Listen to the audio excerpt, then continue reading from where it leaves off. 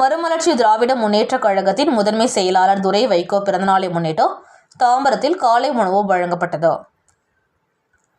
மறுமலர்ச்சி திராவிட முன்னேற்றக் கழகத்தின் இளம் தலைவர், திருச்சி நாடாளுமன்ற உறுப்பினர், கழக முதன்மை செயலாளருமான துரை வைகோ அவர்களின் பிறந்தநாளை முன்னிட்டு தாம்பரம் குட் லைஃப் சென்டரில் ஆதரவற்ற குழந்தைகளுக்கு காலை உணவு தாம்பரம் பகுதி கழக செயலாளர் துரை மணிவண்ணன் அவர்கள் ஏற்பாட்டில் நடைபெற்றது. இதில் சிறப்பு அழைப்பாளராக செங்கல்பட்டு மாவட்ட கழக செயலாளர் மாவே மகேந்திரன் கலந்து கொண்டு தாம்பரம் குட் லைஃப் சென்டரில் ஆதரவற்ற குழந்தைகளுக்கு காலை உணவு வழங்கினார்கள்.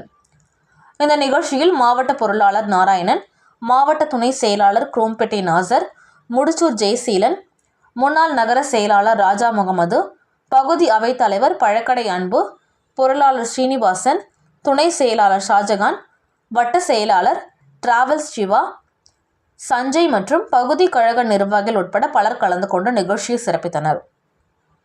வேளக்கிழமை காலை உணவு மறுமலர்ச்சி திமுகவின் முதன்மை செயலாளர் மதிப்புமிக்க துரை வைகோ எம்பி அவர்களின் பிறந்த நாளை முன்னிட்டு தாம்பரம் பகுதி கழகத்தின் சார்பில் காலை உணவு வழங்கப்பட்டது.